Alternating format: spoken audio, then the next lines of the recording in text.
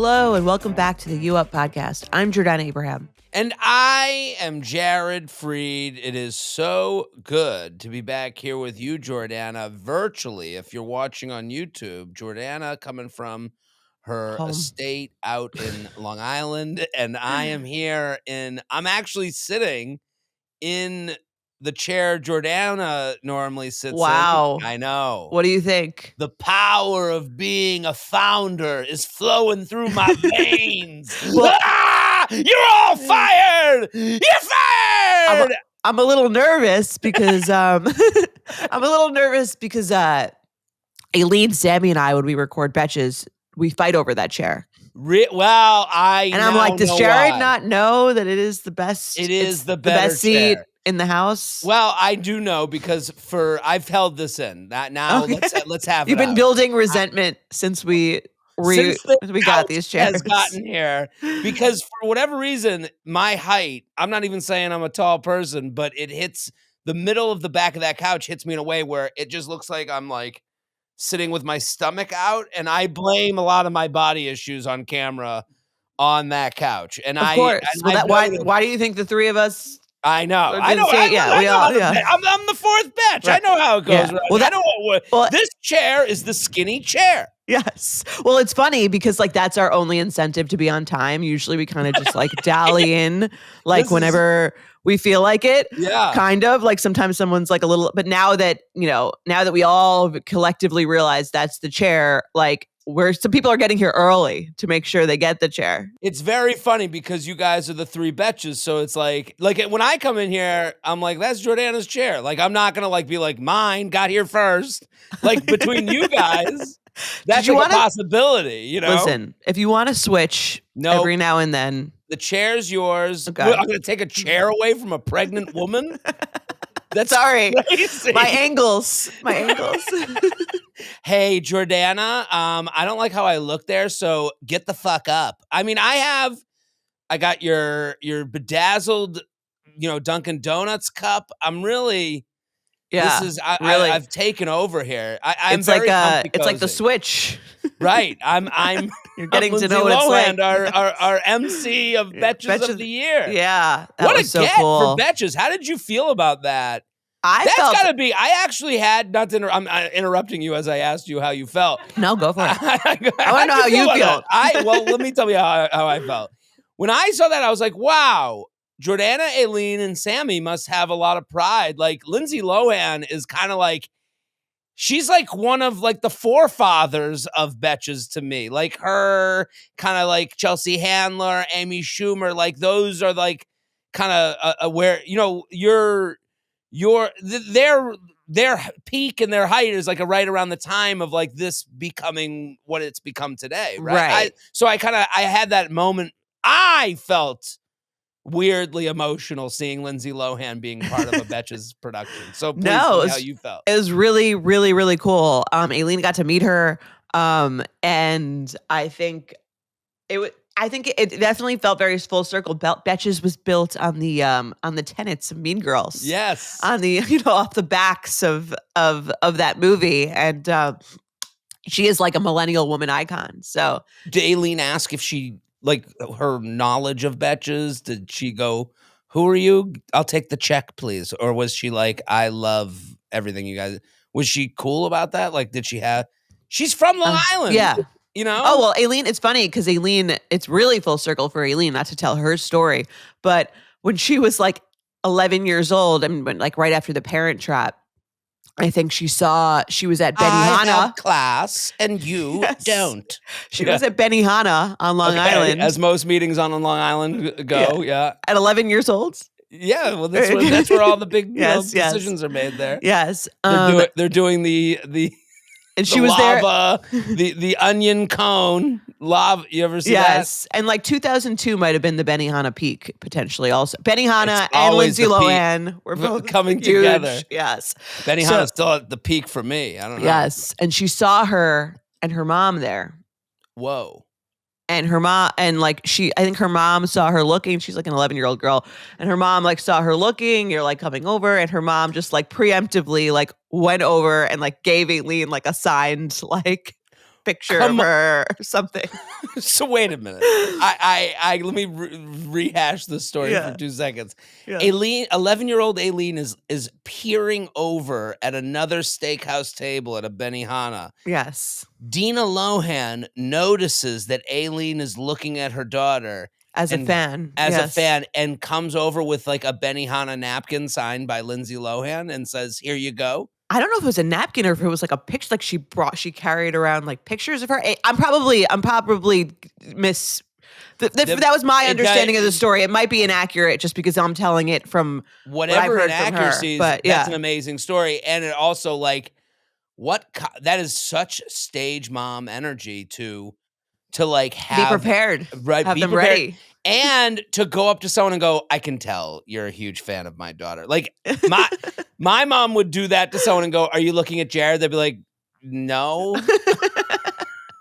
I don't know him. You don't bring around signed pictures of yourself just in case you see people watching you and recognizing you? I haven't in years. I stopped doing it after the third person told me, "Yeah, we don't know who you are. We were beckoning the waiter. We weren't looking at you. Yeah, we were looking behind you." Right. Yeah. I mean, that was a risk for. I mean, but I guess quite a risk. I mean, Lindsay Lohan's pretty famous, and especially in like that era of like those movies. I have class and you don't. I feel like that might be the most fun acting jobs, to play you and like your own twin hating each other. Oh my God. And you're just yelling at like a stuffed bear that stands in for you. Like she had to do all her scenes against Great actress. Listen, quite that movie for a child, you have to be in every scene. You have to be very talented. Very talented, and U.S. and abroad. You have to go abroad, be a different version of you. Get a British accent in one of them. A British accent that like is believable enough to Americans, to us trash. You know, like Lindsay Lohan. It's funny, like the way the world works. It's like you have to be taken down to be propped back up, and like, you know, for anyone who's like I don't know, the internet generally is hard on people, and you go, I mean, she's like unbelievable. I mean, Mean Girls too. Like Mean Girls is like, you know, an iconic movie. Classic, you know, so, and she's a part of all that, you know, so. Yeah. I felt very, very excited, very proud to partner with her and Duncan. And Duncan, shout out. Listen, I got the bedazzled cup that usually goes to Jordana. I've taken over the captain's chair here in the Feather Nation studios here. Put your name on it. You should like write your name on with Sharpie. Tape. Jared's now. It's like when the inmates have taken over the asylum. Yes. So Jordana, you're at home. We don't want to move too quick past this, but I want to make sure, you know, the love of the U Up Nation, the audience is with you right now. I hope you feel it. I appreciate that. Yeah, my dad passed last weekend. I'll talk about it more on benefits. This is a fun put your brain on the shelf show, so we're not going to get into it here. And it's a good distraction for me. Jared, listen, I told you when I came in here, I was like, I came in here Patch Adams style, red nose on, honk honk. Let's have some fun. And no, you're really killing it, because I woke up like probably 15 minutes before we were supposed to start, and I couldn't breathe through my nose. Jordana was like blowing her nose into the microphone. I was like, wow, this sounds great. Yeah, and if I'm being honest, this is like kind of like not what I feel like doing right now. But as soon as I got on camera, you got the nose on. You're like switching it around, and we're gonna make this a fun episode. Get on my back, Jordana. Yeah. I'm gonna carry you up this mountain. We're gonna bring the fun today. BTF. You really are Patch Adams. You should work at hospice. I go from here to. Yeah, that's how I make money, Jordana. You know, that's how that's my side gig. I go from hospice center to hospice center. Yeah. I'm going to. I'm just like in a good mood. I love coming to New York, and like, you know, I come here with my briefcase and I do my shows, and I got a little tan, which is nice, so I look a little bit more alive than Better than everyone everyone here. I else, look yeah. better than everyone else. Compliments abound. Everyone, you look good. Oh my God, because everyone here looks dead. Yeah, And we're then getting into that. Well, wait till you come back in like January. oh, I can't wait. I will be dancing in the street. And for me, you know, the cold is like fun. Like I like cold weather when it's on my schedule. Right. Well, you're on vacation. Right.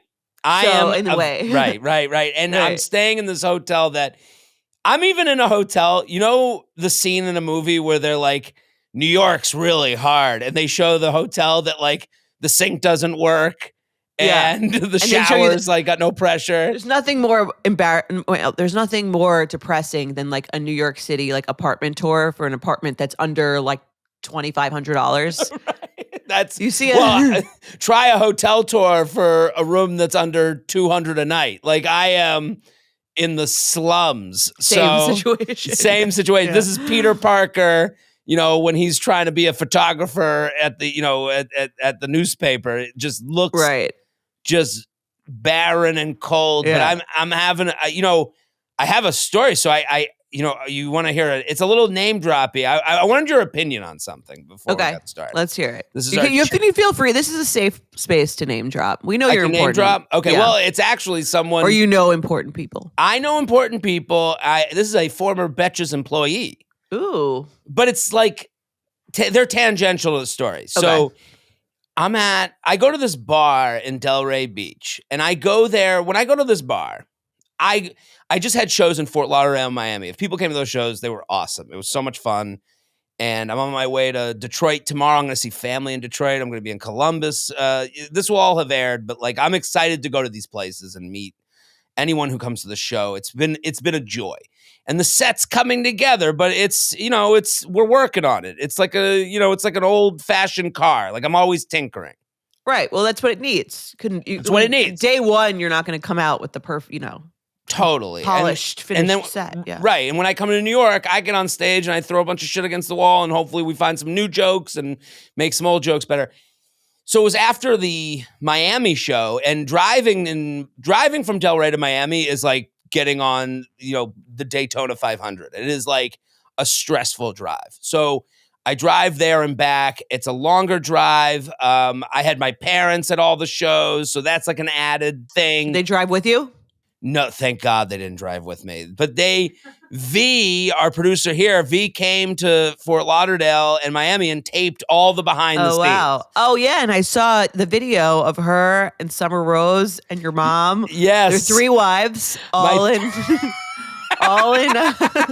your apartment, which looks beautiful. All the pictures are like, I'm like, I've been making a lot of empty gestures until I really got, because sometimes the pictures of the listing are deceiving. You don't know. Right. Now that I'm seeing the background of your Instagram stories, I am going to have to visit. Well, you have to visit. The room is ready for you. Summer Rose of Star Organizers set up the whole apartment. So on my YouTube, if you go to my YouTube now, I'm assuming we're going to have like video from Fort Lauderdale. So we'll have video from Fort Lauderdale. Go to my YouTube and you'll see my parents. My plan was to put Summer Rose, the organizer, who does a fantastic job, in the same room as my mom. So it was letting out like a cougar and a tiger in the same room and seeing what happens and seeing how they bounce off of each other. And I think we found comedic gold. I think it's going to be That's in your behind the scenes? That's Amazing. my behind the scenes is of my new apartment to see the whole, you can tour the new apartment. Oh, plus, wow. Yeah. There's your 20K subscribers. You're welcome. Get it. Yeah. We get the tour of the apartment and we go to my parents' house. And my parents are crazy. So the whole weekend was like a lot, but in a fun way. And I go to this. So what I do after a show is like, I'm both equally tired, like from a show. And you know this from our shows. When you do a show, you're drained mentally, but you can't go to bed. Yes. And I think for you, what I've noticed from you after shows is you need like 15, 20 minutes to like think about how the show went. Yes. Reflect, review, feel good about it. What changes I need to make? Like that's really when after a show is when I'm like, what needs to be done? Like I feel it right away in those like in those quiet moments. So I did the drive back from Miami. I go to this place, Plug City, if I may, Avalon Beach House. For the people that like our show, I think that's like the perfect, like, if you go to Delray Beach and you want like a bar to have a cocktail and like be amongst, you know, people that aren't 22, but also not 82. Avalon Beach House, great cocktail energy, fun. So, and the bartenders there I've become friendly with. This is in Miami or in? No, this is Delray Beach. If Okay. you're going to do a weekend in Delray Beach, Avalon Beach House, they have an indoor-outdoor bar situation. Listen, people know that when I give a recommendation here, like, it's because I feel it in my bones. Like, I want people to go there. And the bartenders are, like, young and, like, good-looking and, like, attentive and nice. Like, they're going to take care of you. Like, so I walk into Avalon Beach House, and they've already started to get to know me a little bit. One of the guys is like, hey, those women are closing out their tab. It was busy. It was like 12:30 at this point. And he goes, there's women over there on the outside part of the bar closing out their tabs. Go grab their seats. Like, that's how much they're looking out for me. Okay. And they know I come on my own a lot. And I come and and I like being in a bar alone. I like the energy of the bar and I can just sit and chill. So I go take over the seat. I sit down and I take out my phone, my girlfriend, and I start hanging with my girlfriend the phone. Babe, I'm gonna treat you tonight. I got you, babe. Let me tickle you for date night. It's date night. That's right. No distractions. So no speaking to anyone in real life. I'm tuned in. Just us two, kid. Yes. So I'm sitting there, and it's kind of busy. This bar gets busy, and at that point, a woman taps me on the shoulder. And I turn and she's like, hi. When someone says hi, give me 30 seconds. Like at this point, we have a pop quiz going on. Hi, it's me. Right. And I go, and I'm like, and she goes, she said, it's me? It's me. Didn't say her name? Right. She goes, it's me. And then says her name. And then goes, I'm Hannah Berner's cousin. And I was like, yeah. And we had hung out. Her? I've met her. We've hung out. I know we have spent time. Here's a signed picture of Hannah. Right. To prove it. And I noticed you looking at her Instagram. Right. It was like, and I'm like, now I'm brought back because the 4th of July I'd spent with her. And last year. I spent, I've stayed with Hannah and Des, and I know them from way back. And friends of mine, and now I'm like recharging. Do you know what I mean? Like, this is a pop quiz, right? And she's like, what's going on? You don't remember me? She did the thing like, you're gonna act like you don't remember me, and I'm like, no, I'm good. And she had seen me there before, so we'd done this before. Like, we have had this interaction. Did you recognize her after a second? It took me. I was behind. Listen.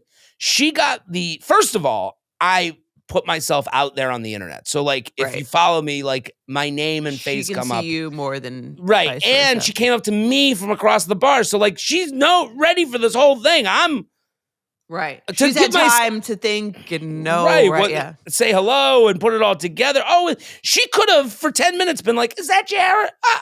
And then look me up. She could have done what I do. When I see someone across the bar, I look them up on Instagram. I go, and I do a full. I think it's them. Is it them? I'm not sure. Is it? Yeah. Right. I go back to their kid's first picture, get the name of the kid. How's Cindy? Like I fucking fake it. Yeah. She could have done that. So she's like, you're going to act like you don't remember me? And I'm like, no, I'm sorry. I go, I remember. Of course. How are you? And then she goes, every time I see you here, you look so miserable. Whoa. And I'm like, is she trying to get you back for not remembering her? I guess. Why would you come over to someone to tell them that? That was kind of my question to you. That's because basically when you say that to someone alone at a bar, you're telling them to leave. Well, whether you mean it or not, in my mind, that is, hey, you miserable fuck. You're a giant fart that's ruining the whole vibe here. Get out of here. No, That's Mean Girls to me. I'm saying that's how it's taken. right. To me, as an outsider, Mm. I'm sorry, I'm having phlegmy. Please. No. Whatever. Phlegm it up. I'm used to it. That's all of Florida. When you're in Florida, all you do phlegm is everywhere. hear phlegm shit. Phlegm every. Oh wow, I really have to visit this winter. You get there now. Now's the time to be in Florida because you'll be walking down you'll be walking down the street. All you hear is, and you're like, it's a pig behind me. You know, sounds like paradise. Yeah, it's beautiful. Yes. To me, this seems like she's mad you didn't recognize her seemingly again because she saw you before. To add honesty to the story, to make sure I don't get a message that I told this story wrong. This is the second time we had seen each other in as many weeks, maybe. Okay, so to me, now she's like irritated. You've triggered her in some way by not remembering her in the I'm a second time. public figure. She should know me. I shouldn't know these peasants. No, I hear you. Yeah, now she's fair. like offended. She's triggered. She's offended. She's saying something to bring you down. Right. I don't think it has anything to do with her, with your presence at the bar. I don't even think you necessarily I didn't see you there. Looked miserable. I think she was like, I'm gonna when someone says something to just try to take you down a notch. Totally. I don't do that. That's not my game, but I do agree. That's what it felt. I did. I was like, I should go. I'm ruining this bar. Well, mission accomplished. Right. Right. I that was kind of my question for you though. Like, let's take the note. You know, I looked like someone not having fun alone at a bar, which I was enjoying the bar in the way I wanted to enjoy it. I wanted to sit and be amongst people and not go home alone to my giant apartment. Beautiful home that I've purchased due to the success of this podcast. I didn't want. I'm so glad we're now neck and neck with home comments. I mean, I don't have a guest home in a butler's cabin, but different city. I'll get there one day. Right. so I was like looking to be out amongst people, but also like, and in the way, I guess my question to you is, what would be approachable, but also not looking like a weirdo? Like, because you're saying now you're self-conscious about you looking unapproachable and miserable. I did think to myself after she left, I was like, well, I don't want to talk to just anybody. That's the problem with going out alone to a bar. Right. Is you want to talk to people, but you don't want to talk to everyone. Yeah.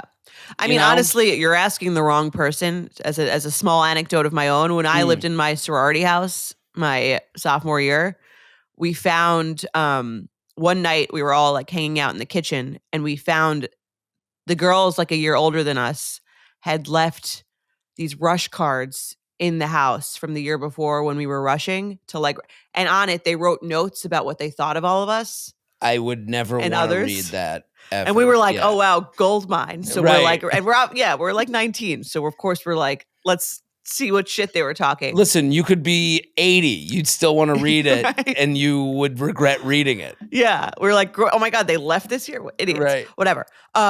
So I found mine, and mine said, looks miserable.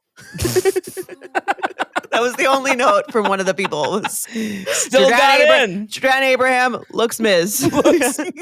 So I don't know if I'm the one to give you the lesson on how to be more approachable and more cheerful. I've definitely come on. I wouldn't say I've mastered that art. If you find out, please let me know. Well, maybe that's why we get along. We both have a look of Ms. We're both Les Mis. Because I was thinking about it, I get this question a lot. Like, hey, I'm going to a bar alone because I have promoted go to a bar alone and put yourself out there. And sometimes you go to a bar alone and you're like, I don't know it just didn't happen tonight. And that's okay.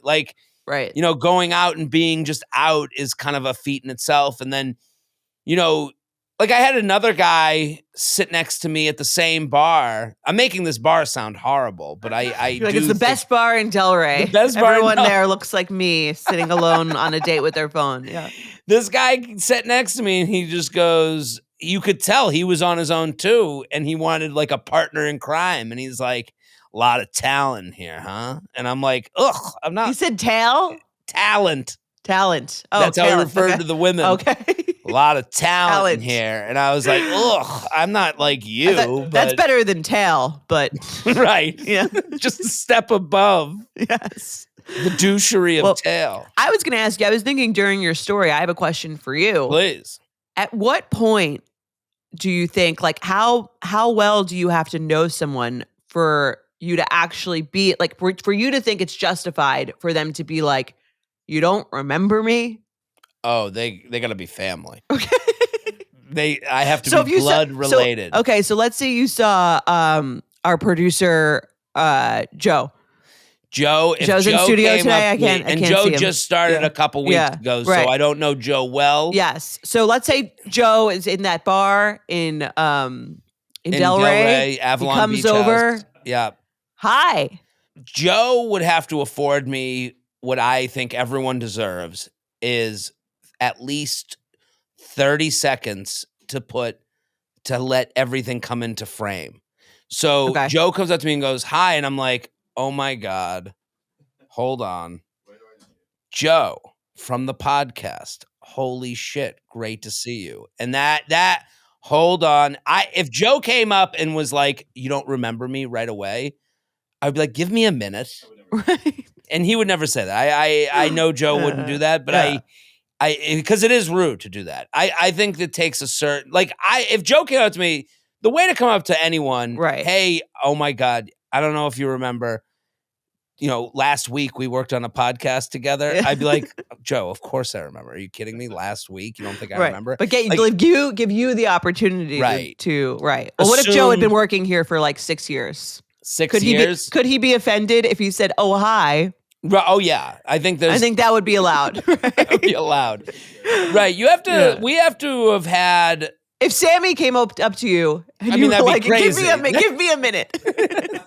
But I'm saying, like, anyone that turns around to your face. Right. No, I agree. You have to give them a second. Yeah, sometimes it does take you a second to like register shit. Also, we're getting older. Our cognitive abilities are declining. You need a second. Sometimes someone has like a different haircut or something like. Or the whole interaction made me like, it made me go eat. I went and got pizza and tortilla chips, and I hope she hears this, how miserable she made someone feel. I'm sure someone will tell her. Saturday night. Yeah. I'm texting Hannah after this. Next time I see her, next time I see her at the bar, she's going to be at the bar. Remember me now? I'll be like, right. Yeah, we had a full conversation. Well, now you should go, oh, hi. Hey. No, I've gotten in trouble too for not recognizing people. I've gotten in trouble for introducing myself to people that I've met before. And people get very offended about that. So I always go with nice to see you. Nice to see you is the best piece of advice. If you don't use this, I agree with Jordana. This happens after shows, I do pictures and some people are like, this is my third show in a row. And I'm like, that is the nicest thing. Like when someone says I've been to 3 year shows, I'm like, I can't do enough for that person. Like, I'm like, I feel so happy and fulfilled by that. And then, right. But then I go, so whenever I see I go, good to see you. I just assume everyone's been to 3 shows. So I capture the 3 show people. So let's start the show. Let's jump right in. Let's do it. We have some amazing emails today. If you are listening, watching on YouTube, email us. We love, here's the rule for an email. Make it specific, make it personal, have a question. And we want to hear from you. We love a screenshot. We have a screenshot, I think, today. Just send it, uup@betches.com. If you're listening, I'm on the road. I am going to be in Orlando. I have 4 shows in Orlando. I think I have 7 shows in San Diego. I'm like moving to San Diego for a week. 7 shows. I mean, that's a nice place to be in the winter. I know. Well, I'm doing. It'd be a nice place to be if I lived here. Right. Hey, I guess you already. Beach, yeah, I'm slumming. No, San Diego's like the most beautiful place in the world.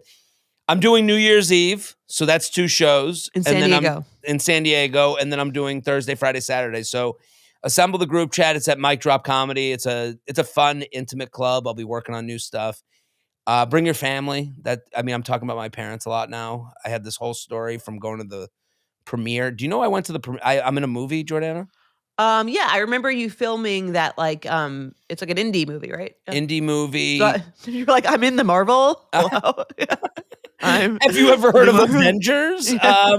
No, I'm in 31 Candles, made by Jonah Feingold, very talented director, writer, star of the movie, editor of the movie, did the whole thing. One-man show. Yeah, one-man show. Jonah, the one-man show, Feingold.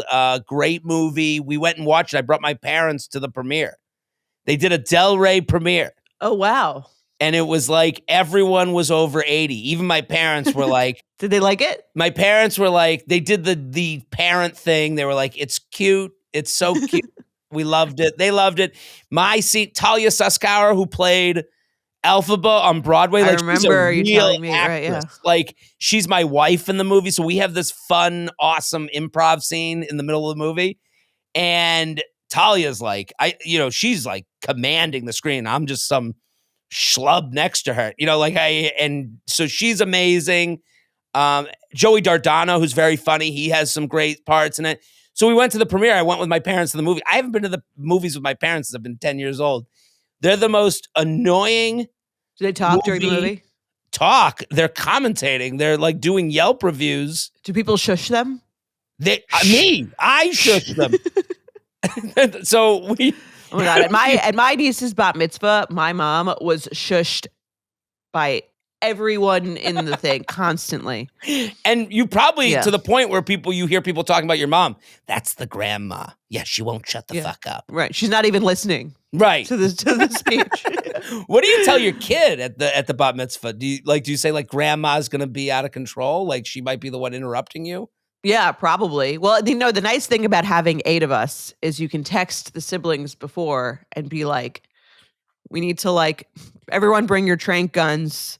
We need to can we make sure all eyes on Grammy. Right. Just to make sure she doesn't get out of her cage. Right. And so if she tries to engage with you during the show, during the bat mitzvah service, right. just don't engage. And she'll bring up anything she can to get you to be talking with her. I know. So instead it's just someone whispering in your ear for 90 minutes.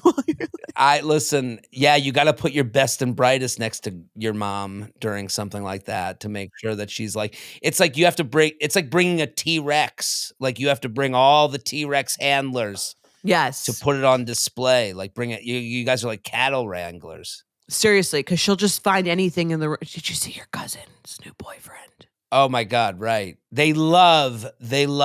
Right. They're watching. I think he has a tattoo. Right. I'm like, Mom, I would like to hear. Stop the whole thing. Obviously, that's the hard part. Is because you kind of don't really care that you know what I mean, that the Hebrew stuff. But when she's doing the speech, I'm like, shh, I'm shushing her also next time. Right. It's really hard because you have in you your mom. Your mom wants to sit there and talk shit the whole time and doesn't give a shit. You want to talk shit quietly 10% of the time and have people go not think that you're talking shit. Right. I know how to do it in a classy way. Right. She's lost a step. She's right. And yeah, my mom. So was your mom like that at the movies? Yeah, you're literally describing my mom. She's literally anything that happens. If a fly flew in, she'd be distracted and be like, the fly? I don't know. Have you seen the fly? Have you seen what the fly is wearing? Yes. The fly wore that to the movies. So, what are we talking about today? So, all right. How do we even get to the movies? Well, I think I was just going to tell you something. The premiere. The premiere, 31 Candles. So if you're it's playing in theaters. You can see me in the movies. Wow. I'm Greg, the brother-in-law. How's the Rotten Tomatoes score? I haven't even looked. I can't look at a review. I can't do that to myself. Listen, the fun is just making the movie. Yeah, go check it out. There's I'll definitely check it out. I saw me, to see on the big screen, Does the camera add 10 pounds? Is that true? Just ask my parents. They were like, "You looked so round. I just think you need to go Oh, on Ozempic." I was like, "Come no. on." Not I was like, nice. "That's your review?" You know, it's like the one thing you're like, "How about we talk about how it went? Did you think it was funny?" I couldn't even concentrate. You're wearing what? Well, What are we talking about I'll have today? to check it out. All right. Please. Today we are talking about video games. Let's get into it. Video games. Nerd Um, shit. yeah, nerd shit. I'll read our first email. Okay. Hi, J&J. Love the pod. I'd love for you to weigh in on this. I'm Oh, 38. before we go, Oh, sorry. sorry. Philadelphia, there's like 20 tickets left. And then Baltimore. So that's my post New Year's plan. So, and we're not adding a Phillies show. All right. Hi, J&J. Love the pod. I'd love for you to weigh in on this. I'm 38 and my boyfriend is 42 and plays video games a lot, which is a turnoff for me. I've never asked him not to play them, but he's definitely picked up on the fact that I don't like them. He doesn't play them in front of me and turns them off as soon as I walk in the door, kind of like he's hiding it. So why does it bother me if he doesn't even play them in front of me? There are days where it's a gorgeous weekend and he'll spend it inside playing video games. Or once I found him playing them at 9 a.m. on a Monday when he thought I'd already left for work. I think it's knowing that this is how he's choosing to spend his time. What's the right way to talk to him about this? I wish I could just ignore it, but it makes me less attracted to him. Ready for game over. I What do you love think? this email Great email. because it's a real thing. Like, it's funny. Like the video game thing, it's like, it's one of those hypotheticals that you're like, it could never happen to me. And then you're dating someone who loves video games. Like it Yeah. can. This is a real thing. This is a real adult thing because, again, video games have evolved just like we've evolved, just like people have evolved. It used to be you buy video games for your kids, and now there's like adult gamers who like that's their interest. That's how they. And there's a whole culture around it. Yeah. Totally, that's how they blow off steam. Like I just want to make sure I give some credibility to the video game adults because I think that's probably the hardest thing they have to fight against because playing a video game is as recreational as going to a bar and having a drink or playing in a rec league or having a cigarette with friends after work. Like it's all kind of like that is someone's brain release. That is their brain on the shelf. Like, but also you're allowed to be turned off by anything. Have you ever played video games? I used to play a lot of video games growing up. I used to play Madden and James Bond and all the games that were like of my era. I fell out of it. NCAA football, I would play that game a lot. And then college, I would play in college a little bit if it was like buddies playing football against one another, like the football video games.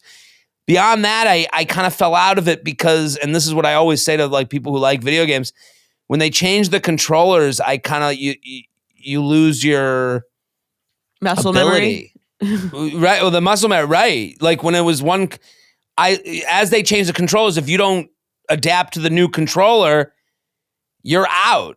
Right. It's like they change, the playing field.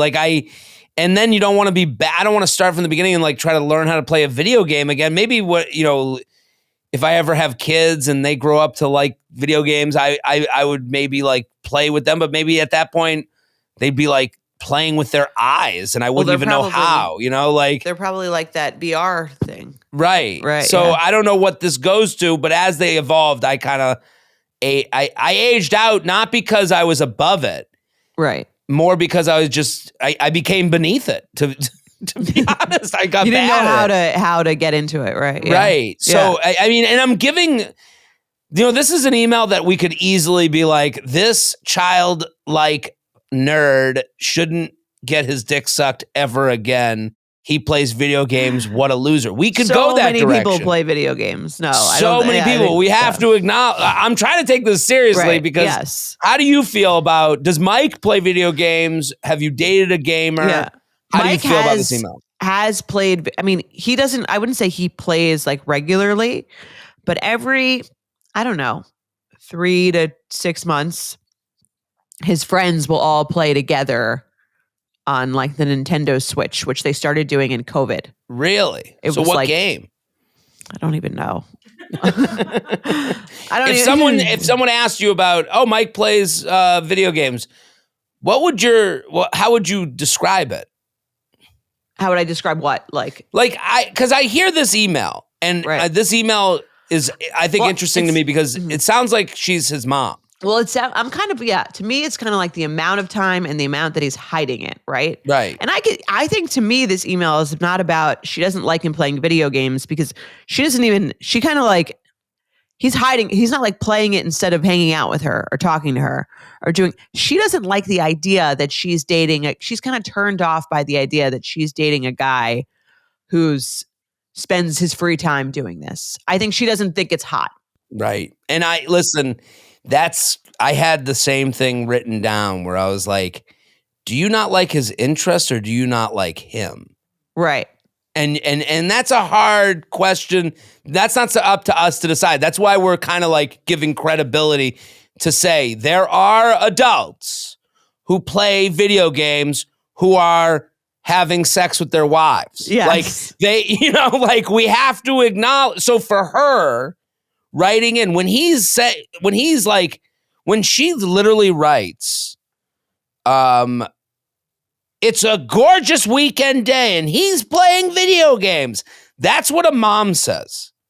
That, like, you're playing video games? It's sunny out. Who sits inside all day playing the video games? You should be playing kickball and with the other boys. Like, no, he's 30. You're 30. This is not your son. This is your boyfriend who is blowing off steam because they have a job that makes them hate their lives because they need health insurance. So how about you lay off him and let him do what the fuck he does, or end it with him because you're not attracted to who he is? Does that make, or is that am I being too extreme? I think yes and no. I think there's I think when you start dating someone, you have an idea of who they are. Mm-hmm. I don't know how long they've been dating. I think you have an idea of who they are, and you also have an idea of who you wanted to be with in your head. Mm-hmm.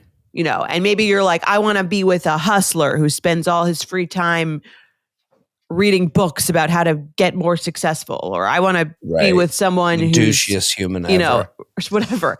I want to be with someone who spends free time at the gym, or doing that. And I think that this is she's so irked by it, not because it's getting in the way of anything she's actually doing, but I think it's sort of conflicting with this idea of the kind of person she pictured herself being with as an extension of her, almost what it says about her. Right. It's a mirror onto what you were able to get. Like, you went to the market to date someone and you came back with video game kid. Yeah. And that's why we change men. Right. Well, I thought about this email was so interesting to me because I was like, maybe he you don't have anything like that. I think maybe men don't do that, but I think a lot of women have this. It's not always video games. Well, let me. It could be many. I've had this not with video games with him, but with other stuff where I'm trying to change what the other habit stuff? because What I'm else just does kind he of do? I think it's a little icky. When I first started dating Mike, he had, I would say, kind of an addiction to regular Coca-Cola. And he told me sometimes he would bring a water bottle with it into work because he didn't want everyone to see that he was drinking so much of it, but he would have a water bottle filled with soda. And I remember being gross. Even though I don't see it, I don't like the idea of dating someone who drinks 10 Cokes a day. Right. I mean, and that's the problem. That's probably wrong about me because it's why should I? You know what I mean? It's more about my ego. Right. And that's the problem. I think, well, also, I think a lot of, I noticed this with myself, and I don't want to put this on just women, but I think a lot of women hangs are, about gossip and talk, chit chat, and right. When you point the finger, 3 point back at you. So when you get into gossip and talk and what's that person doing, you kind of hear that about yourself without it happening. You hear what the gossip and talk would be about you. Right. I'm not putting this on women because I have this with my parents. When I meet someone, I think of how they would talk about that person behind my back, Right. and that is, I'm sure there's a therapist that would tell me that means you're enmeshed with your family. I don't care. I think that's how it is. I mean, you could replace family with friends. You could replace Right. that with anyone, with followers, with whatever. I think it's more like you're thinking about the person in terms of like your ego and what it says about you. Right. Because I'm thinking like with this Coca-Cola thing, you're not thinking like that. You're not even at the workplace where Mike could get seen having a Coca-Cola. Right. But you show up to a party with Mike and you're imagining someone going, is that Coca-Cola guy's wife? That's kind of what you have to get over the hump of as far as like what you're concerned with. With this woman, I think you have to think about whether you can get over that hump, because I did write one note to myself, and a lot of my responsibility, I feel, when I hear a woman writing in about something is like letting someone know how their boyfriend would feel, because that's how I feel. Right. If someone attacked my interests, I would revert. I would feel embarrassed and do what he's doing. What if their interest was like getting in the way of them doing something else? I mean, that's kind of how hard it is to talk to someone with alcohol addiction. Right. Or drug addiction. To me, that's very similar. Your interest is going out and doing drugs, going out and having a drink. Right. Let's say she wrote this about that.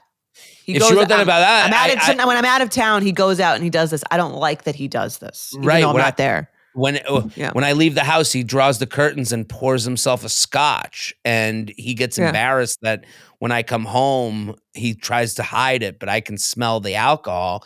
That turns us into a more serious area. Right. But if you attacked someone being like every time your drinking sucks, they're going to put their fists up. I don't think that's going to help you get to a solution to your problem. Because I was thinking, like, if I played a lot of video games and someone made me feel less than for playing video games, I'd be like, fuck off. Right. And think about your own hobbies. Like, for me, I almost get embarrassed sometimes when Mike walks in and I'm like watching my 7th episode of Real Housewives of New York, and everyone's like screaming at each other, and he's like, oh, like, how did you already get 6 episodes into this? Wait a minute. When I left, they were just meeting. Right. They hate each other already. Yeah. What's that one up to? Yeah. No, but I do think, you know what I mean? Like, everyone's hobby could be embarrassing. Well, you to asked if men have this about women. Yeah. I hear it from men specifically about housewives and Bravo shows and reality shows where they almost demean it. And I hear it from both ends, because I hear it from people who come to shows, and the reality people know that I like The Bachelor, so they're like, he understands. Like, so the women talk to me about The Bachelor, and then sometimes my greatest pleasure is that they're like, you got my husband into The Bachelor, we can watch it together now. He kind of gets it a little bit more because of the way you yell at it. Right. What an amazing thing. When I hate it is they're like, he hates it. And then I hear this guy talk about his wife and her interest, which that's what The Bachelor is for her. It's her hobby. It's her and video interest. games. It's her video games. And I'm like, do you even like this woman? Like, you guys don't get along on this? Like, you can't even understand why they like it? Right. Like, you're not even trying at that point. And that's kind of my feedback to this woman. It's like, stop making it about the video games. Do you like him? Yeah. Do you like him? And if you do, what do you like about him? And if you do, how are these video games getting in the way of you enjoying your time with him? I. She's in the land of he plays video games, you play video games, you look like a loser. She never really references how her life is damaged by this. Right. Well, she says it's not. She says, I'm not even home. It bothers me. I'm just knowing that he does this. Right. So maybe you're not into him. Yeah. That's a question she needs to ask herself. Yeah. And I think, maybe you're not into him, and maybe to you, it signifies something bigger than the video games. To me, it's like the video games that he sits at home playing video games is an easier thing to kind of pick at than like you're really worried he's not ambitious enough, or he's not working hard. He doesn't feel like he's like working super hard, or he's, I think there's like a bigger personality trait that she doesn't want to maybe say or get into because it feels kind of like, oh, I have to really address that. Right. Instead, it's about the video games, which seems small. And she's like, oh, if I could fix that, maybe he would spend more time doing XYZ.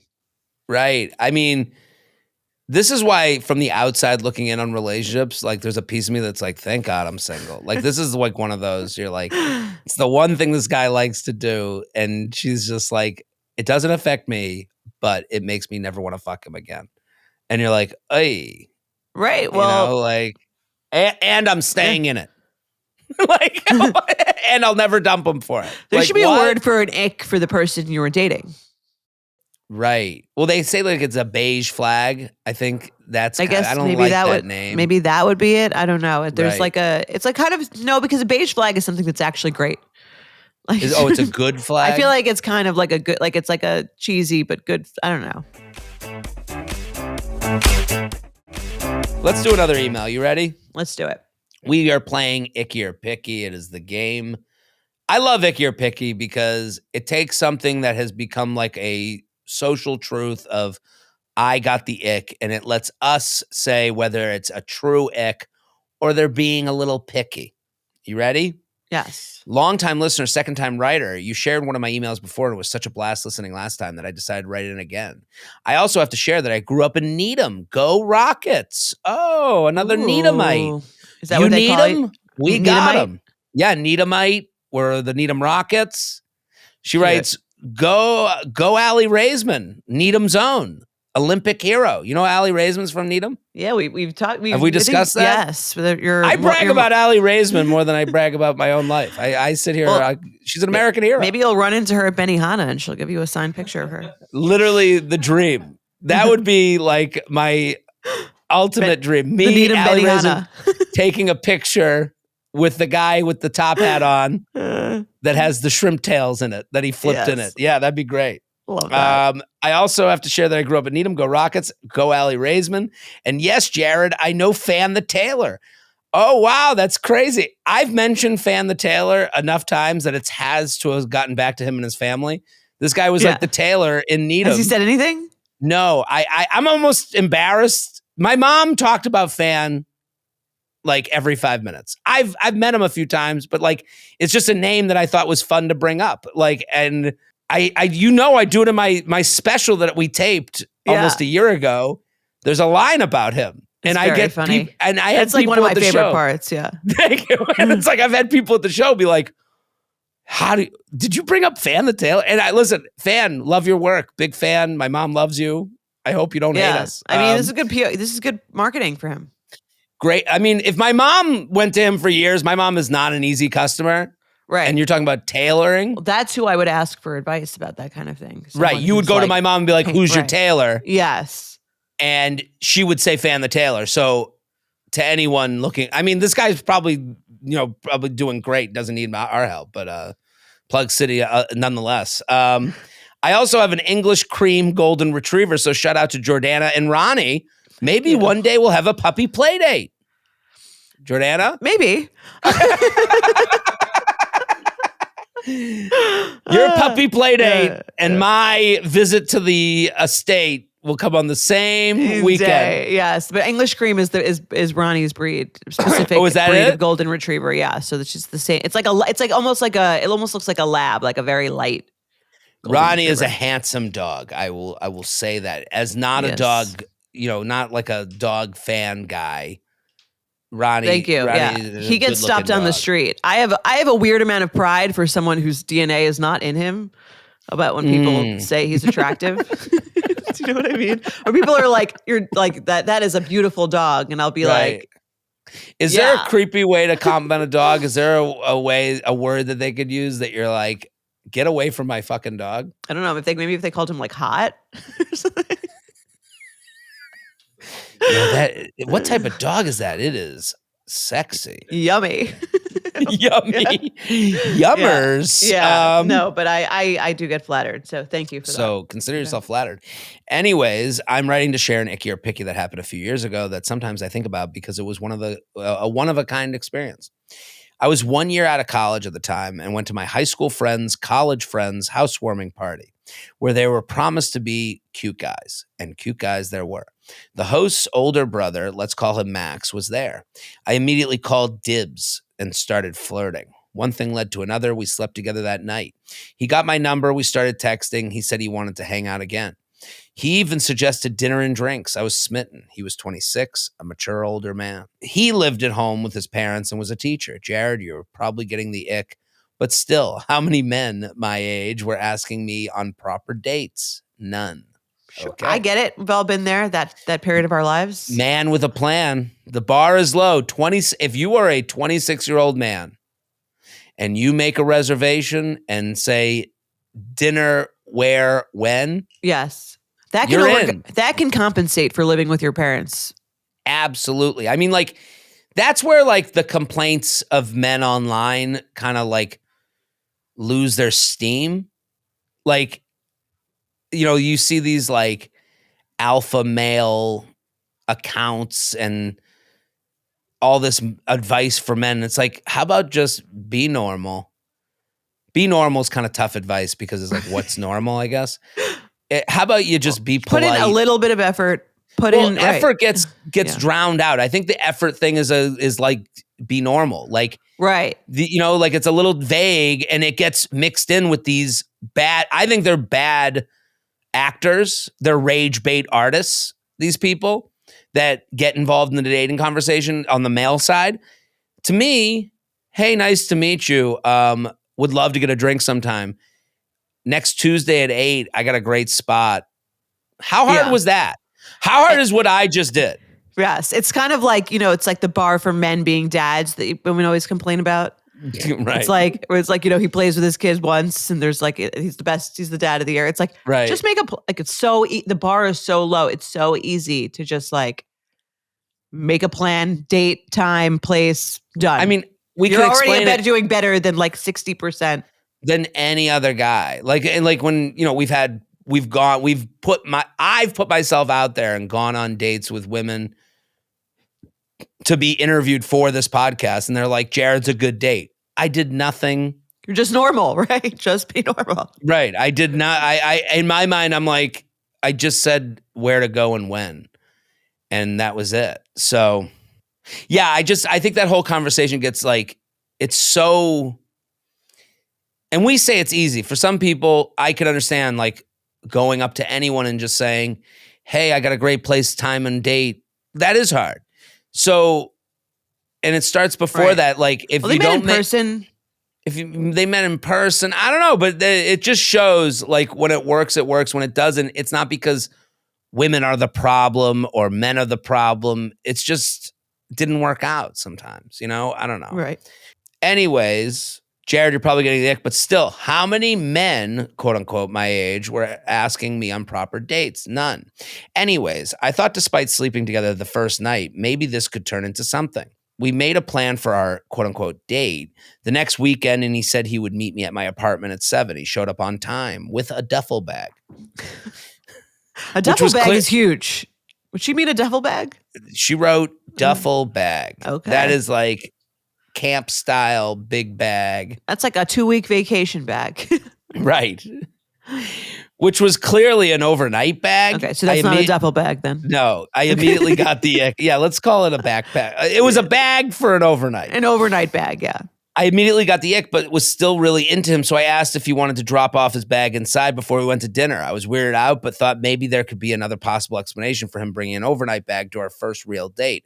Other than that, he was extremely presumptuous and assumed he would be spending the night. That I would find out later on. Spoiler alert, there wasn't. I decided halfway through the date that we were not going to be a romantic match, but he was so hot that I decided to bring him back to my apartment since 1, he'd already brought an overnight bag, and 2, he lived with his parents. In the morning, he mentioned needing a shower before leaving because he was heading downtown for a work conference. Before I got the chance to give him a towel, he pulled a towel out of his own overnight bag. So maybe it was a big bag. Could be. I mean, I guess you could fit a towel in one overnight bag. Right. I decided that even though he would never be my boyfriend, I was still open to a casual hookup buddy, especially with a hot older man. Even though at this point, it was clear to both of us we were just in it for the sex. I couldn't get past this ick, and I didn't follow up to any of his future texts asking to go on another quote-unquote date. So J&J, icky or picky, your date brings an overnight bag equipped with a towel to a date. Hope you have fun reading this one. Can't wait to hear your thoughts. Signed, an innocent towel or playing foul. I like the sign-off. What do you think? This is so funny. I'm like going through the the thought process of this guy who's like, oh, like I need to be in the city tomorrow morning. Right. I could take this girl on I'll just bring my stuff and I'll probably have sex. And that sounds great. Like, right. What a convenient and great way. He lives at home with his parents, probably in the suburbs. Yes. He's like, I'm killing two birds with one stone here.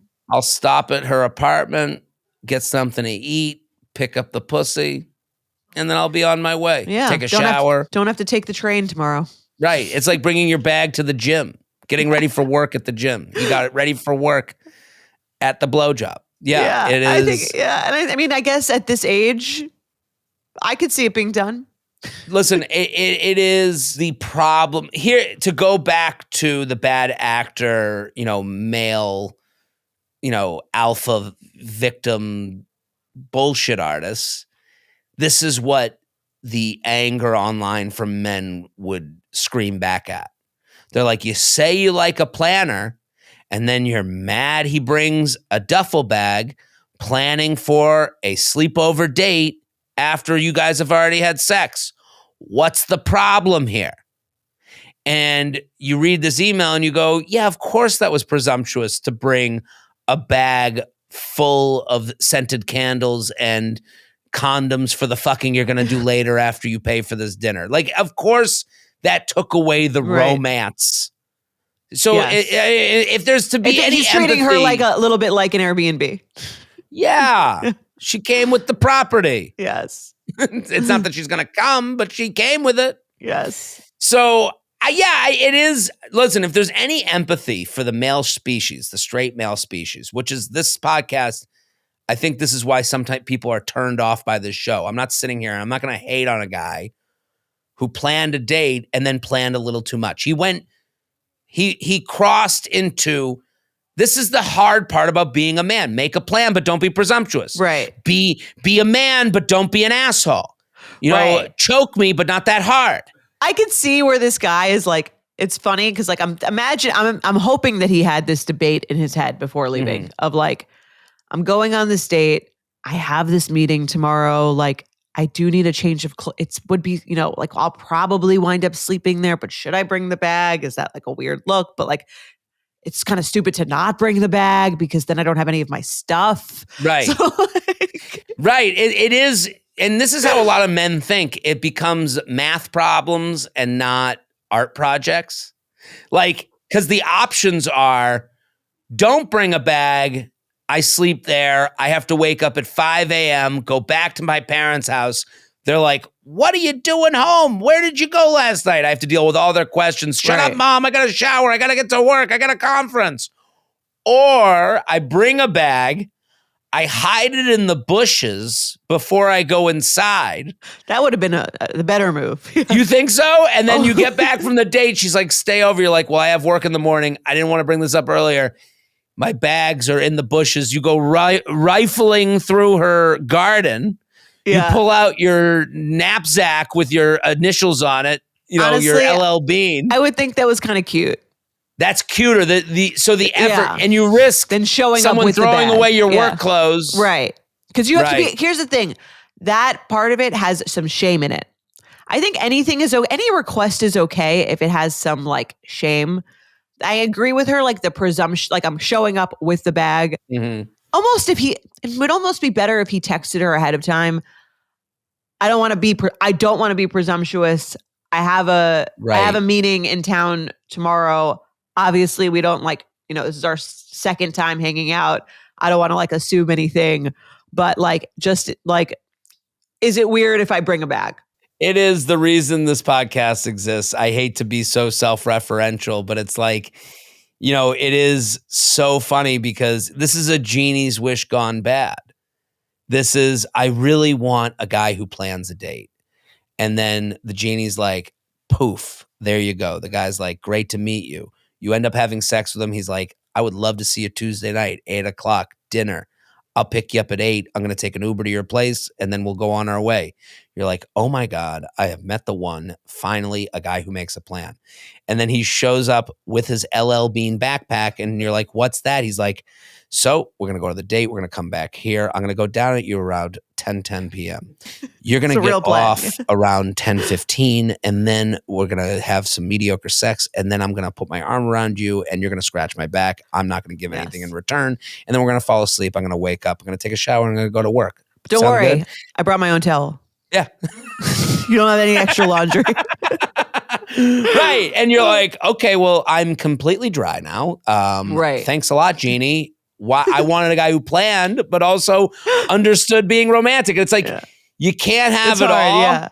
I mean, the fact that he brought his own towel in some ways is nice and thoughtful, and in other ways makes it worse. Right. Because it's like the fact that he brought his own towel makes me think he like does this. I'd be like, are you finding random women to go on dates with in the city so that you don't have to commute in the morning? And it's funny. This is what so many women do what you're doing. It's like, oh, the last time I did this, I didn't have a towel and she didn't have an extra towel and it was weird. He's such a fuck dude that he just like now knows how to get the fucking done as efficiently as possible. That's what I'm saying. Women do this about men all the time. You guys think we're dumb and master manipulators all at once. And it's like, it's probably more likely from my point of view that he was like, A plus B equals I'll get to my meeting on time. Yeah. Like it's really that more than all this fucking, I got to make sure I'm bringing a towel everywhere. I got to make sure I wipe up my balls. My balls are so full of women's, juices that I got to, make sure I bring the towel next time. Yeah. Do you think he's done this before? I think he's done this before. I think I don't. This is his first time? I don't know. I don't think it was done. I don't think that's how he got to towel. I think he got to towel by, I have a meeting, and he backtracked from there. How do I make life easy on myself while also fucking? Like that, and he, in the process, he never thought of romanticism or her emotional needs, which is way more likely. Yeah. I mean, even if let's say he shows up with the backpack full of stuff for the next day, she doesn't have to know what's in it. He could just say, hey, I had some stuff with me, like I brought some, like I have my stuff from home. I'll pick it up after. I'll pick it up after the is it okay if I leave it here and then I can pick it up after the date? I came straight from work. Yeah, he could have done more care with a lot. Sometimes a lie is caring. Yes, that's what I'm saying. Like storing it behind the bushes is caring. Right. Here's my stuff from work. Do you mind if I leave it here? I'll pick it up after is caring. Even if No, I'm with you. I don't know if it's icky or it's picky. Like I just think like, honestly. It's icky because there's no shame in it. Right. And I would be turned off by it. But it's not. If a woman brought a backpack, I guess I would be icked out too, because like, when did I get the ability to like, hey, I had a fun time, but I'm kind of tired. I want to go home too. I don't want to have a sleepover. Well, that's what I'm saying. He's not like leaving anything up to your. Even if she brought the choice out of it. Yeah, if she brought the backpack and was like, "Do you mind if I pick it up after the date?" I think you'd say, "Okay." And if it happened to lead to something, fine. But if it didn't, whatever. You would be if you were dating someone who lived with their parents in the suburbs and they came in with I feel like you would. We wouldn't get this far. Yeah. This is a teacher in the suburbs. Yeah, teacher in the suburbs. What do you think? I'm crazy. If you want to watch a good bit, I don't know if this comic has ever put their bit out, but Brian Scott McFadden is a New York City comedian who has a joke on this topic of like, you want someone who's this, but this, and this, but this, and this. He goes through all the things. It's like it's like a perfect stand-up bit about the plight of being a man and what women want. So if you can find it, maybe we can find it. It's a great bit. But I did want to zone in on one part of her email that I was actually interested in your opinion on. Sure. She writes something that I hear a lot from women. It was clear to us. It was clear to both of us. It was just a casual hookup. That is something I hear on this podcast so many times where it's like, I think women, when they say that to themselves, they kind of like set themselves up for failure. Right. Like it's so many times we have women write in. And it's like it's clear to both of us. It was just why is it clear to? Did you have them, answer a questionnaire? I think you can get those vibes. But I just don't think that's even worth your time answering for someone else. I think they do that to let themselves off the hook from like having an emotional connection to someone. I think it's self-protective.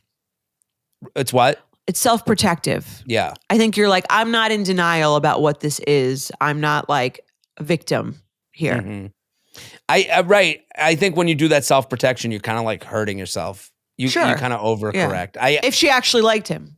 If she liked him, or if he liked her, or I don't know, speak for yourself. I don't know. There's like a lesson in that. Like, right. When you're writing to us, like we don't care. You could say, I didn't like him. I just wanted to fuck him. And I'd be like, okay. But when you say we both decided, obviously, we both thought this was just a hookup. I'm like, well, not obviously. I guess, but don't you usually assume someone's looking for something serious? Isn't that an assumption you make? Sure. Yeah, I do. Like, isn't that why you don't want to like go on another date? Because you're assuming the person. Right. But if I said, I would never go to that woman and be like, so you're obviously looking to fall in love with me. Well, she didn't say it to him. She said it to us. But I'm saying like, I've had people say that to me. Obviously, it's just a hookup. And you're like, okay. Like, I don't know. Like, I would just say that you don't hear that from men. I think you hear the opposite though from men. Right. I guess obviously I know you're looking for something. I'm not looking for something serious more. here. Yeah. I think you kind of, you probably assume people want from the way that they're acting, from the hints that you're getting so I think that there is a woman's sense of, I can kind of tell what this person is looking for. Sure. I guess I probably say it for the same reason that they're saying it. That's why I notice it. Right. I'm like, don't get ahead of it. Me. Yeah, get ahead of it. Right. You want to get ahead of it so you can act and prepare accordingly. Right. Right. That's fair. All right. Good to know.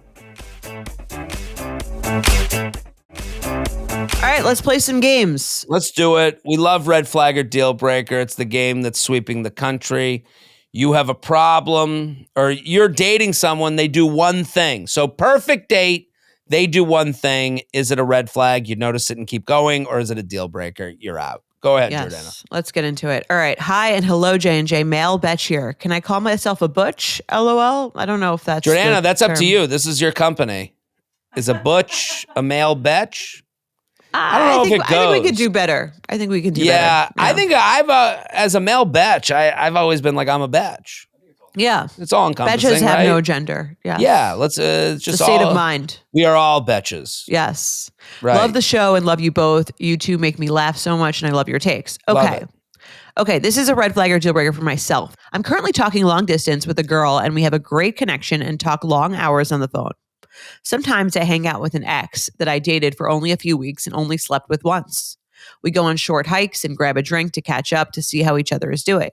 But we both are clear there is nothing between us romantically and are purely platonic. The girl I'm talking to long distance doesn't seem to be 100% okay with it since I've slept with this ex and I'm still friends. She says if I hadn't slept with her, it wouldn't be a problem. So red flag or deal breaker for me, I'm still friends with someone I've slept with. Sincerely, a butch in the doghouse. How do you feel about this, Jordana? It would also raise a little bit of a red flag for me if I were the long distance girlfriend. I would need to know more information about what they get out of each other.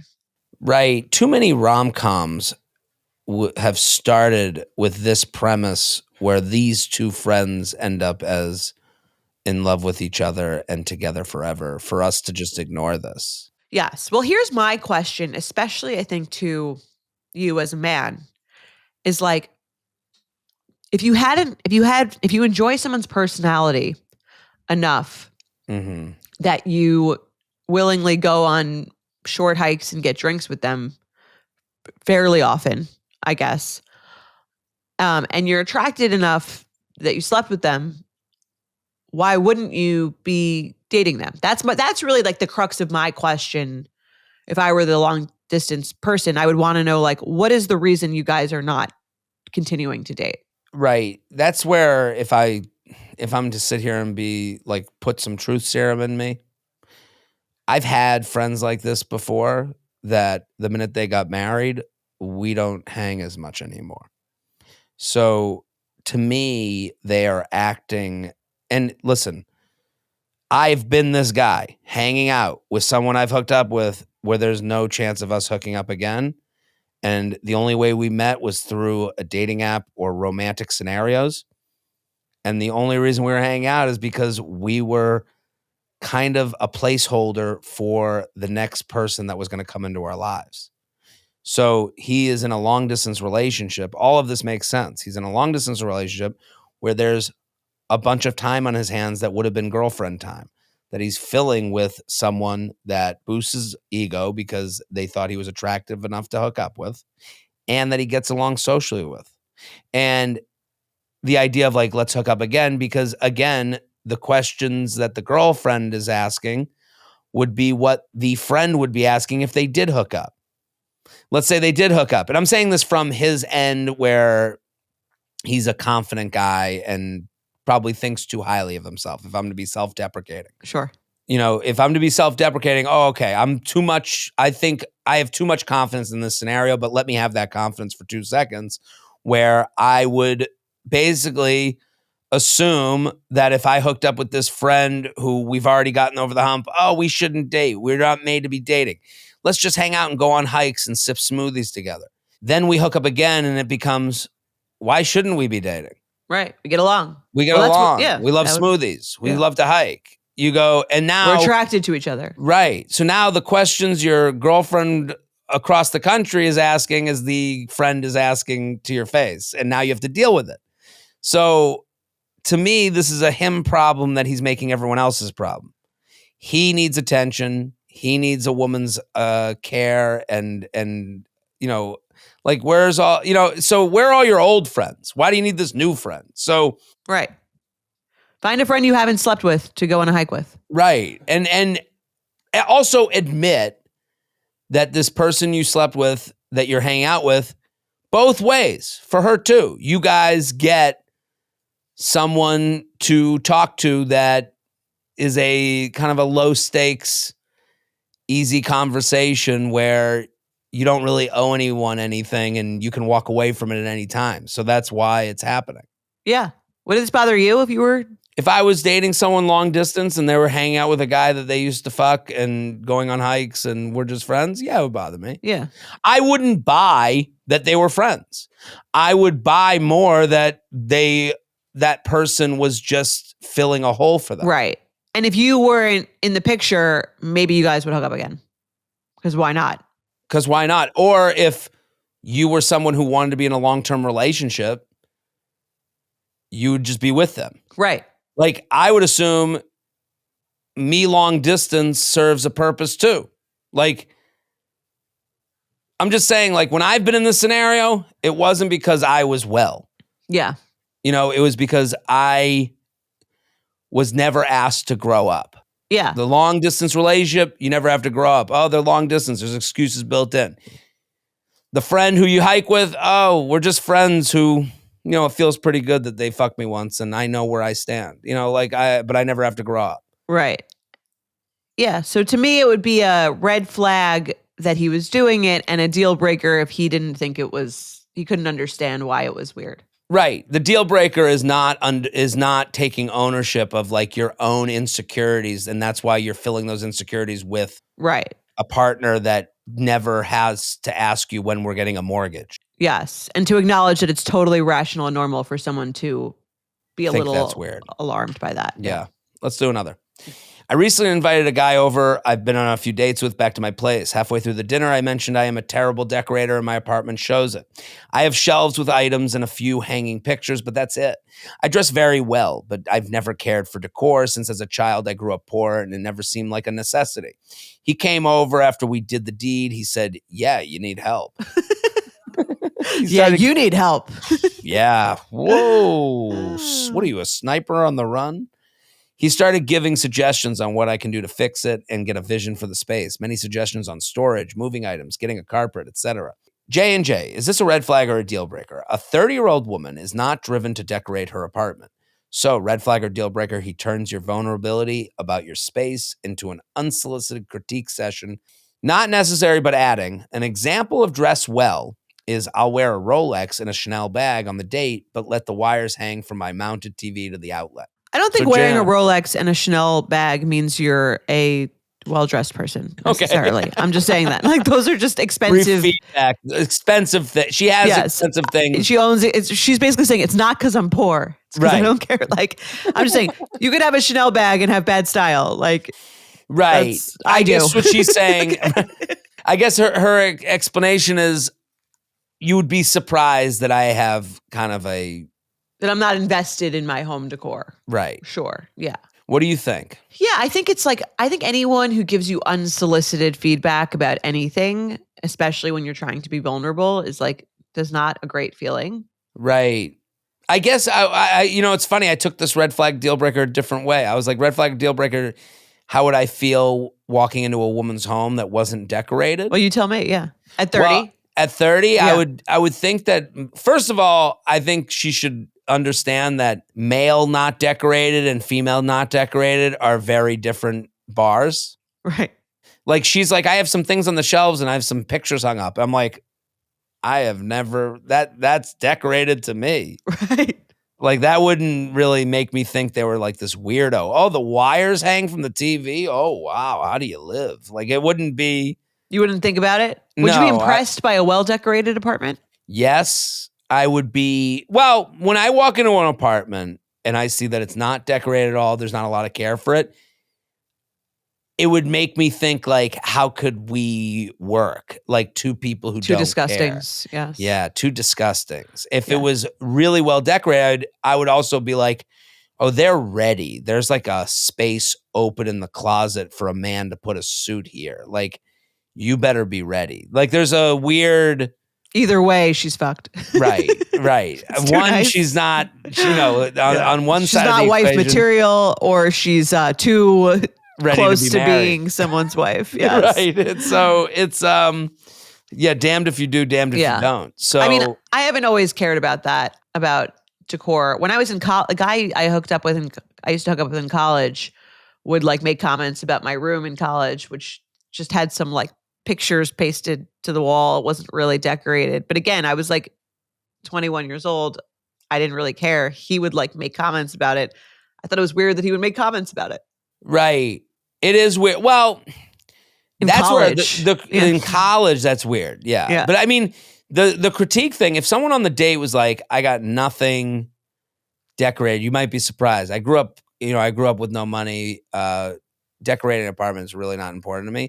Even when a woman says it's so dirty in here, I always go, it's not bad. This is crazy. You're being crazy. That's why we say it. Right. We know it's not that dirty. Exactly. Sorry for the mess. Oh my God, it's a mess in here. Yeah. I think critiquing something that you already like got, I would be turned off. The critique one, I'm turned off by. The decor, I'm not turned off by. I'm like, whatever. That's more, I guess the decor one, it's more of like a personality trait, like I'm learning about you.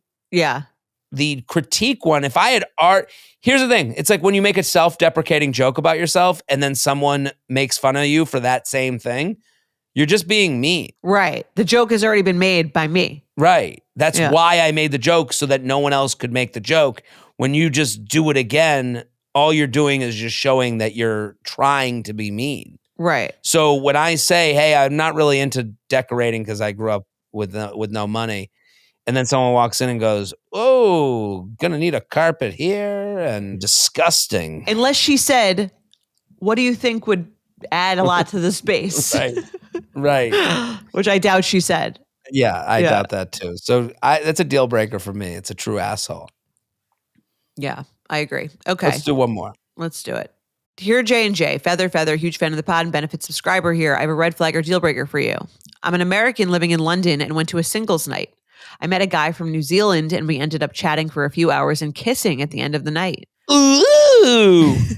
We added each other on Instagram, and the next day he told me he had a spare ticket to a comedy show the next weekend and would love to go with me. Love it. I said yes. We chatted on and off through the week, and he confirmed the night before. The morning of the comedy show, he messaged me, "Hey, is it okay if you send me 30 pounds for the ticket? That's almost $40 USD." Yeah, we know. I was genuinely shook by this, as the way he asked me made me think the ticket was taken care of. Red flag or deal breaker, he invites you out like it's a date and then hits you with an invoice the morning of. It was a deal breaker for me, but what do you think? Sincerely, a totally turned off Betch. Deal breaker. Deal Agreed. breaker. Yeah. Don't invite me and then charge me for the invitation. Especially when you call it a spare ticket. And it's a date. This is different than I've been dying to go to that concert.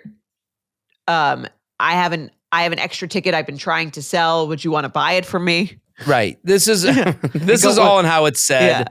But especially they're at a singles function. Night, right, yes. So like the whole premise is we're single and looking to date people.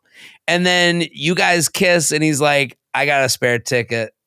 I got a place. You know, it's like your hold on reality is not there.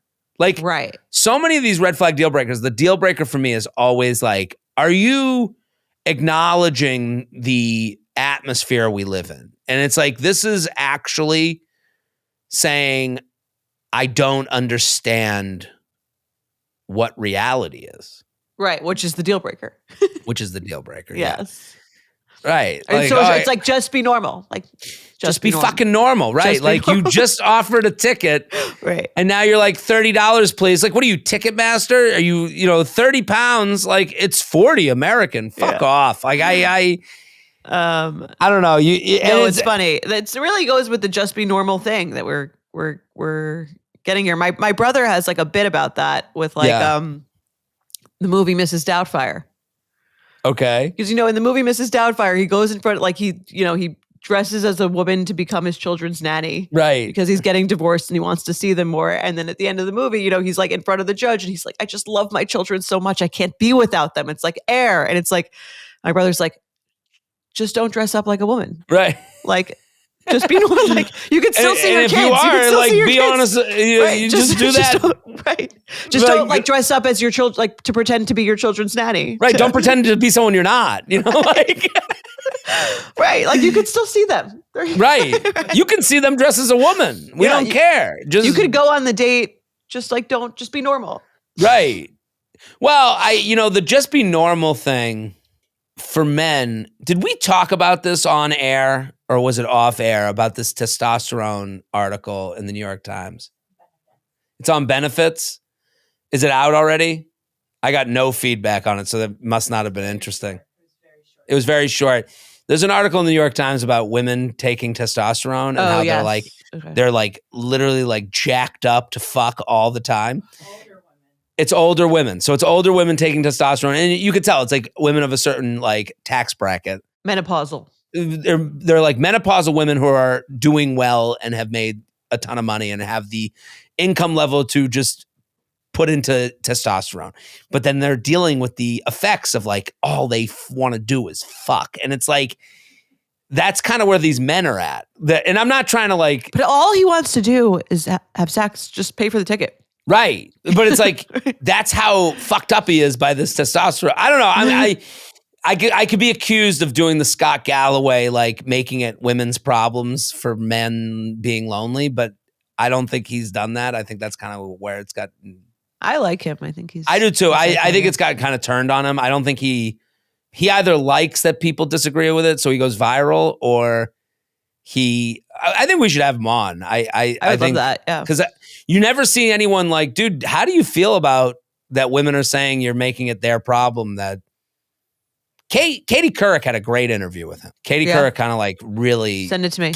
I'll send it to you. It was a clip that I was like, man, Katie Couric. Like I had like such respect for her as a journalist. I was like, man, these other journalists fucking suck. Like, yeah, she's a pro. She's old true school. Pro.